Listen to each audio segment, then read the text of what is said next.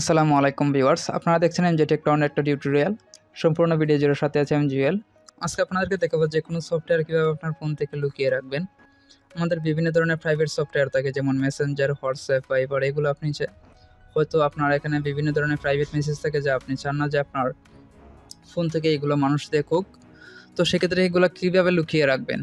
তো আপনি চাইলে এখান থেকে লকার দিয়ে, বিভিন্ন লকার সফটওয়্যার আছে, এগুলো দিয়ে লক করে রাখতে পারবেন। কিন্তু যখন আপনার কাছে আপনার বন্ধুবান্ধব বা আত্মীয়স্বজন যখন এই সফটওয়্যারটা খুলতে গিয়ে দেখবে লক করা, তো সেক্ষেত্রে হয়তো সে খুবই সন্দেহ করবে, অথবা আপনাকে সরাসরি বলে দেবে যে আমাকে এই সফটওয়্যারটা আনলক করে দে। তো সেক্ষেত্রে হয়তো আপনি সরাসরি না বলতে পারবেন না।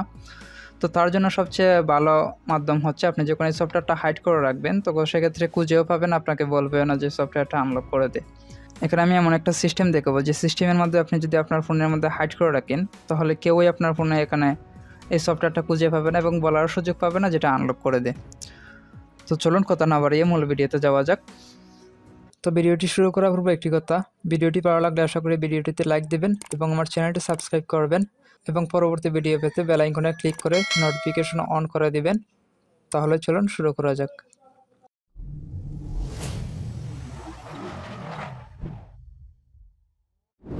তো তার জন্য আপনার প্রয়োজন হবে নোভা লঞ্চার। আমি এখানে প্লে স্টোরে গেলাম, তারপর সার্চ করব নোভা লঞ্চার। দেখেন একদম প্রথমে চলে আসছে। তারপর আমি ইনস্টল দিব। তো আমার অলরেডি ইনস্টল করা আছে এবং এটা আমি সবসময় ইউজ করি, যে কারণে সব কিছু সেটিং সেট আপ করা আছে। তো আপনারা এখান থেকে ইনস্টল করে নেবেন। তারপর নোভা সেটিংয়ে যাব, নোভা সেটিংটা ওপেন করলাম। ওপেন করার পরে আপনি এখানে দেখতে পাচ্ছেন দ্বিতীয় নম্বরে আছে এখানে অ্যাপ ড্রয়ার। তো অ্যাপ ড্রয়ারের মধ্যে ক্লিক করবেন। ক্লিক করার পরে একটু স্ক্রল ডাউন করবেন। তারপর এখানে দেখতে পাচ্ছেন হাইড অ্যাপস লেখা আছে। তো এখানের মধ্যে হাইড অ্যাপসের মধ্যে ক্লিক করবেন। তারপর আপনি যে সফটওয়্যারটা চাচ্ছেন হাইড করে রাখতে, সেই সফটওয়্যারটা এখানে সিলেক্ট করবেন। আমি এখানে আপনাদেরকে দেখানোর জন্য শুধু এখানে অ্যান্ড্রয়েড অ্যাসিস্ট্যান্ট এই সফটওয়্যার সিলেক্ট করলাম। তারপর ব্যাক দিলাম। এখন দেখেন এখানে কোথাও আপনি খুঁজে পাবেন না এই সফটওয়্যারটা। আমি এখানে ফোল্ডারগুলো চেক করতেছি, দেখেন ফোল্ডারের মধ্যে নাই এবং কোথাও এই সফটওয়্যারটা নাই, কিন্তু আমার ফোনের মধ্যে এটা অলরেডি ইনস্টল করা আছে। তো আপনি চাইলে সেটা আবার আনহাইড করবেন কিভাবে, এখানে অ্যাপসের মধ্যে ক্লিক করবেন, তারপর শো হাইডেন অ্যাপস এটাতে ক্লিক করবেন। তারপর এখানে দেখতে পাচ্ছেন আপনার এই সফটওয়্যারটা কিন্তু চলে আসছে। দেখতে পাচ্ছেন এখানে সফটওয়্যারটা চলে আসছে। তো আপনি যখন এই সফটওয়্যারটা আবার ওপেন করতে যাবেন, তো সেক্ষেত্রে হয়তো আবার এখানে একটু ঝামেলা বাঁধে, যে এখানে আবার শো করতে হয়, আবার হাইড করতে হয়। যখন আপনার ইউজ করা শেষ হয় তখন আবার হাইড করতে হয়। তো সেই ঝামেলাটা শেষ করার জন্য এখানে আমি আরও একটা সিক্রেট সেটিং দেখাবো, যা হয়তো 99% মানুষই জানে না। তো তার জন্য আপনাকে আবার নোভা সেটিংটা ওপেন করতে হবে।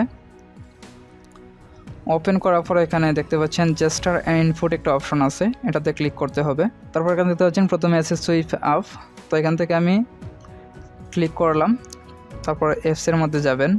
তারপর যে অ্যাপটা আপনি হাইড করে রাখছিলেন ওই সফটওয়্যারটা সিলেক্ট করবেন। তো সিলেক্ট করলাম।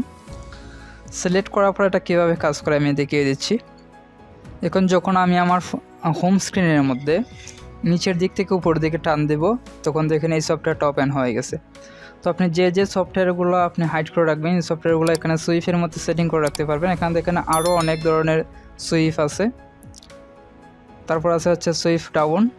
যখন আপনি এটা উপর থেকে নিচের দিকে টান দেবেন, যেভাবে আমরা আসলে নোটিফিকেশন প্যানেলটা অন করি, এইভাবে যখন উপর থেকে টান দিবেন তখন সেটা কাজ করবে। এবং ডবল ট্যাপ যখন আপনি দুইবার এটাতে আপনার হোম স্ক্রিনের মধ্যে ক্লিক করবেন, তখন আপনি এখানে যেটা সিলেক্ট করবেন সেটা এখানে কাজ করবে। এখানে দেখেন বিভিন্ন ধরনের সেটিংস আছে, টুলস আছে, সফটওয়্যার আছে, যে কোনো একটা সিলেক্ট করতে পারবেন। এখানে আরও আছে, সেটা হচ্ছে টু ফিঙ্গার সুইপ আপ।